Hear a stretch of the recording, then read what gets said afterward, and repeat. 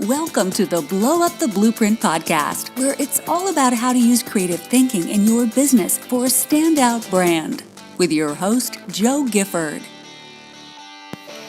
Hi, it's Jo Gifford here. Welcome to episode 4 of Blow Up the Blueprint podcast.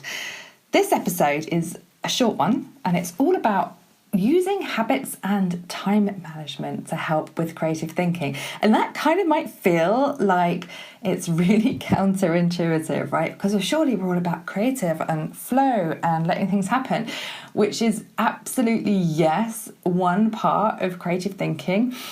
However, in order to set up your brain as something that is generating ideas all the time, you're flexing your idea muscle so that it gets better and better, you need to set up some basic tenets, some basic habits which become part of your day, part of your business DNA.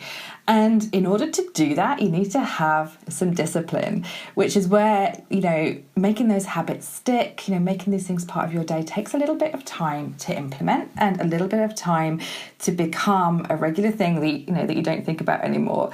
So a couple of the main habits that I talk about in my Brilliance Ignition process is the kind of inputting of new information every day, right? And that's not a huge thing. As I've spoken about this before, it's about how to use tiny tweaks in your day to experience new things. So whether it's ordering a different coffee, whether it's walking home a different route, whether it's listening to a different podcast, finding a new playlist on Spotify, like tiny tweaks.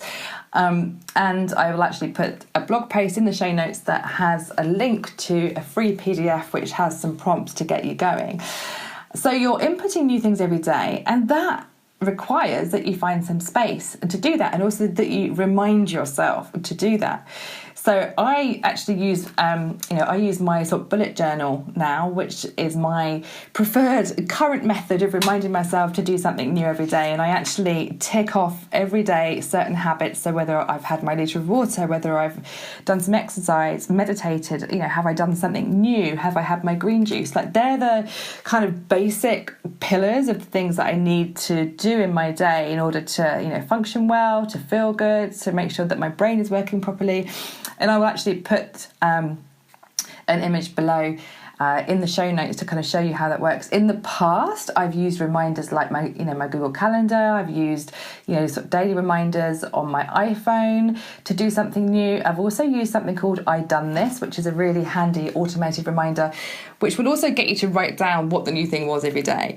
Or you might want to use Evernote. It's totally up to you. How you structure your plans and your productivity will differ from me to you, but whatever you do, you need to set it up and set up a system that reminds you to do something new every day. Or maybe it's a lunchtime thing for you. Maybe you set up in your Google Calendar that every lunchtime you're going to do something different, or take in a new environment, or listen to something new, so that becomes part of your habit. So discipline is as much about making sure that this stuff happens and that you do it on a regular basis. And it's a tiny, literally, it can be a 5-minute thing in your day, but that can be so easy to forget. And the impact of building in habits that foster and fuel your creative thinking is huge, and it's so worth doing. And of course, the other habit that I use in the Brilliance Ignition process, which is my process that talks around creative thinking in business, is to output every day. Find some way to output some content that gets your brain thinking. So whether it's kind of a handwritten journal in your notebook, whether it's an Instagram post where you're spending some time thinking about, what you're writing, whether it's a short blog post, whether it's a piece of audio, output something every day, because it not only makes you a prolific content creator that has a message to share with the world, it gets you, practicing your voice, it gets you practicing those thought processes, which, are required for being a thought leader. You actually have to think. So start by making sure that in your diary, in your process, in your schedule, you have some time to input things and to output things.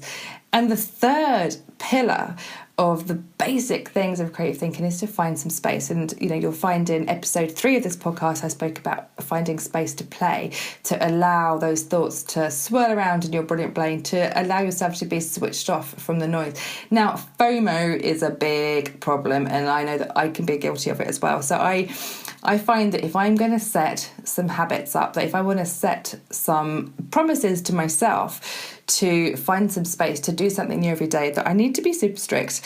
What's worked for me in the past has been using an app called Freedom on my phone, which you can actually set to block out areas of time that you cannot access your emails or social media networks, and you cannot suddenly have a scroll through your Facebook feed. And, if you find making that promise to yourself very difficult, then using something like Freedom to block your access can be really, really helpful.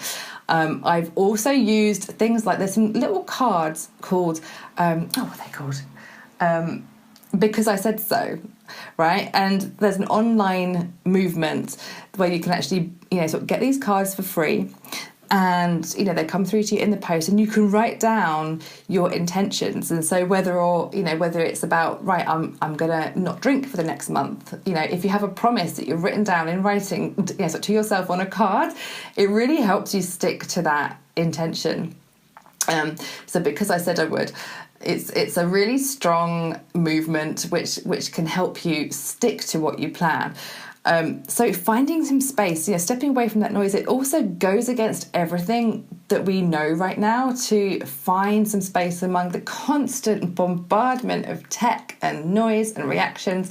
So it might be a case of setting boundaries for your friends and family, or maybe your clients, that everyone gets to know that actually you aren't going to respond straight away to emails, that you aren't going to respond straight away to messages, or that you have a system set up in place. So, for example, my mini mastermind group know that I will be checking in with them every day, and that I'll be responding, with feedback and screencasts and Facebook Live to everything. But I'm not necessarily going to, be sort of jumping in immediately. So sometimes it is, but they know that I'm going to be getting on it, but it's not going to be instant. And the same, with emails. My clients know that I will respond back, as soon as possible, but I only check my email, once a day, which has taken a whole weight of that constant bombardment going on. I actually use an app called Franz as well, which is a great platform, from which I can access WhatsApp, Facebook Messenger, all the different Slack teams that I'm on, Facebook pages, LinkedIn, all my different email inboxes, and you can actually toggle which of them are on or off at any point in time. And I find that so useful to just have one place. I can dive into different parts, different Slack teams, different inboxes, different groups, and then pop back out again, and then only have one tab open at any one time. Don't fall into that trap of firefighting all the messages as they come in, because that is a massive disruptor to your focus and your productivity and your creativity as well. We need to find ways to slay some of these dragons of information overload, which is one of the biggest killers of creative thinking. It's one of the biggest challenges that we face in our uber-connected world. So what habits can you set up? How can you find some space in your day to set up the input, the output, and the space? I'd love to hear how you guys get on. And I've also just launched my Introduction to Creative Thinking course, which you guys can access right now on blowuptheblueprint.teachable.com. You'll see my Creative Thinking for Business introduction. You can jump on there right now, where we dig into all of this stuff. I'll be putting the link in the show notes as well for you. And it's such an exciting course to bring out to the world. It's a really short one. You can do it in your own time. But the first round is running right now in real time with me, so you can join right now and have the live calls. And it's all about introducing creative thinking to stand out as a brand, to use different ways of thinking, to innovate in this overcrowded world that we find ourselves in as business owners. So I'd love to hear how you find space, and you can tweet me at DexDiva, or you can email me joe@joegifford.co. Let me know the ways that you are finding space. Let me know the challenges that you have in setting yourself up for some good habits, because, you know, sometimes although we have these great intentions, that can fall by the wayside only too easily.